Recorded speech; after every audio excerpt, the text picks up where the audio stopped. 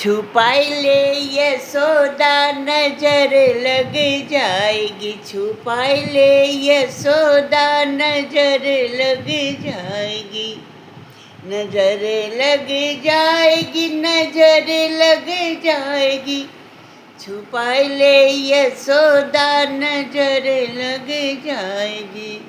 तेरे लाला के नैन कजरा रे, हाँ नैन कजरा रे, हाँ नैन कजरा रे, मोटी मोटी अखियों पे नजर लग जाएगी, छुपाई ले यशोदा नजर लग जाएगी।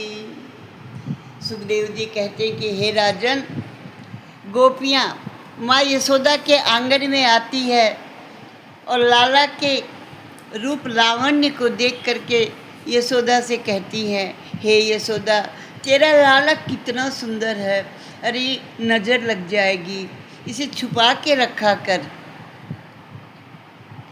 श्री कृष्ण और बलराम दोनों इतने चंचल हैं कि यशोदा रोहिणी अपने अपने गृह कार्यों में व्यस्त रहते हुए भी उन्हें गायों से, बैलों से, बंदरों से, जल अग्नि आदि से बचाने का प्रयत्न करती रहती है, क्योंकि वो चंचल हो गए, भागने लग गए, ठुमुक ठुमुक कर चलने लग गए।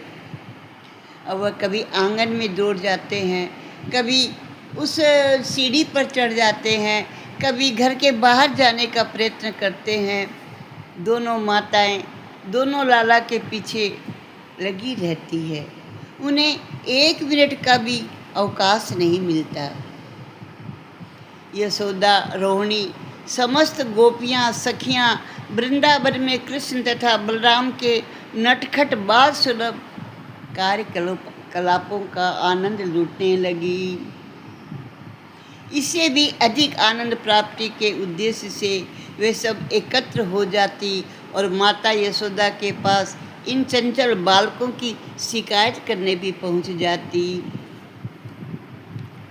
अब भगवान कुछ बड़े हो गए, इधर उधर गोपियों के घर में जाने लग गए। गोपियाँ आकर माँ से शिकायत करती हैं। श्री कृष्ण माता यशोदा के सन्मुख बैठे होते हैं, तभी सारी गोपियाँ यशोदा माता से उनकी शिकायत करती है। कहती है, यशोदा जी आप अपने नटखट कृष्ण को क्यों नहीं समझाती हैं?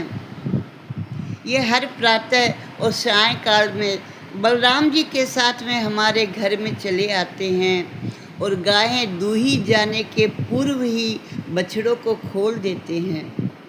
इससे बछड़े गायों का सारा दूध पी जाते हैं और जब हम दूहने जाती है तो हमें दूध नहीं मिलता, हम खाली बर्तन लेकर लौट आती हैं। तुम्हारा ये कृष्ण जो है ना बड़ा उत्पाती हो गया है। और फिर माता यशोदा धीरे से बलराम जी को, कृष्ण को धमकाती हैं और मनोहर हंसी हंसती हैं, लेकिन कुछ कह नहीं पाती। गोपियाँ कहती है, कृष्ण और बलराम को हमारा दही माखन चुराने में यशोदा बड़ा आनंद आता है। उसे चाहे हम कितना भी क्यों नहीं बरजे, लेकिन ये मानता ही नहीं। जब माखन चुराते हम इसे पकड़ लेती हैं तो ये कहता है कि हम पर तू झूठा चोरी का आरोप क्यों लगाती है? तू क्या समझती है हमारे घर में दही माखन नहीं है? हमारे यहाँ भंडार भरे हैं, फिर तेरे घर का हम दही माखन क्यों चोर कर खाएंगे? और कभी कभी तो ये नटखट जो है ना मक्खन और दही दूध है ना चुरा करके बंदरों को बांट देते हैं। जब बंदरों का पेट भर जाता है तो वो छोड़ देते हैं, तब हमें चिढ़ाते हुए कहते हैं तुम्हारा दूध दही कितना सड़ा हुआ है, कितना खराब है, देखो इसे बंदर भी नहीं खाते। और पात्रों को तोड़ फोड़ करके बिखेर देते हैं। अगर हम दही माखन को एकांत में अंधेरे में छिपा कर भी रखती है ना, तो कृष्ण और बलराम कि शरीर में जो आभूषण रत्न है ना, उनके प्रकाश से ये उन्हें भी ढूंढ लेता है। और हमारे बच्चों को जा कर के ये चिकोटी काट लेता है, वे रोने लगते हैं और फिर ये दोनों भाग जाते हैं। तुम्हारे ये दोनों जो है ना बहुत शरारती हो गए हैं, हे यशोदा इन्हें समझाओ। ये सुनकर यशोदा कहती है, बहुत अच्छा, मैं श्री कृष्ण और बलराम के दोनों के रत्न उतार लूँगी, जिससे अंधेरे में रखा तुम्हारा माखन नहीं ढूंढ पाएंगे। तब गोपियाँ कहती है, नहीं नहीं, आप ऐसा नहीं करना, इनके रत्नों को उतार करके हम क्या करेंगी। हम नहीं जानती कि ये बालक बिना आभूषण के कैसे लगेंगे। ऐसे तो ये बहुत सुंदर है, फिर भी सुंदरता इनको बढ़ाने के लिए रत्न इनको रहने दो, मत उतारो। माता यशोदा कहती है, तुम्हारी शिकायतों से मेरी बात समझ में नहीं आती, कभी तुम कुछ कहती हो, कभी तुम कुछ कहती हो। गोपियाँ कहती है, हे माँ, हम क्या करें, तुम्हारा लाला है ही इतना सुंदर, इसकी एक मुस्कान के ऊपर हम मर मिटती हैं। हमें शिकायत करने के लिए आना पड़ता है, हम शिकायत करती हैं, लेकिन हमारे अंदर में यही इच्छा रहती है कि कृष्ण रोज़ हमारे घर में आए, हमारे माखन को चुराए और हम इन्हें छुप छुप कर देखें। इनकी इन लीलाओं को देखने में भी हमें बड़ा आनंद आता है। इस प्रकार माँ यशोदा से गोपियाँ कभी उल्हाना देती है और कभी प्यार भरी बातें करती है। निश्चय ही इन गोपियों ने, माँ यशोदा ने अनेकों अनेक पुण्य कर्म किए होंगे, इसके फलस्वरूप इन्हें परम सत्य भगवान श्री कृष्ण पुत्र के रूप में प्राप्त हुए और गोपियों को भगवान श्री कृष्ण पुत्र के रूप में, सखा के रूप में, मित्र के रूप में, प्रेमी के रूप में प्राप्त हुए।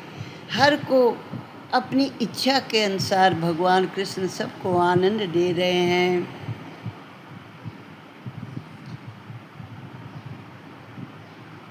जब ब्रह्मा जी ने द्रोण नामक सर्वश्रेष्ठ वस्तु को अपनी पत्नी धरा के साथ संतान वृद्धि करने का आदेश दिया, तो उन्होंने ब्रह्मा जी से कहा था कि हे पिता, हे परम ब्रह्म ब्रह्मा, हमें आप आशीर्वाद दें कि भविष्य में जब हम पुनः इस ब्रह्मांड में जन्म धारण करें तो भगवान श्री कृष्ण अपने अत्यंत मनोहारी बाल्यपन के कारण हमारा सारा ध्यान आकृष्ट करें। श्री कृष्ण के साथ हमारे व्यवहार इतने प्रगाढ़ हो कि उनके साथ श्री कृष्ण की लीलाओं के श्रवण मात्र से ही प्रत्येक मनुष्य जन्म और मृत्यु के बंधन से छूट जाए। ब्रह्मा जी ने उन्हें ये वर दिया।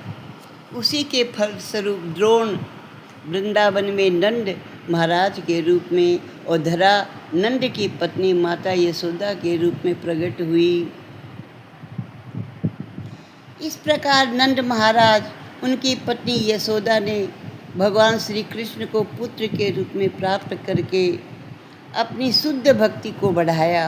समस्त गोपियाँ तथा ग्वालों ने भी, जो श्री कृष्ण के सहयोगी थे, सहज ही श्री कृष्ण के लिए अपनी प्रेम भावनाएं विकसित की।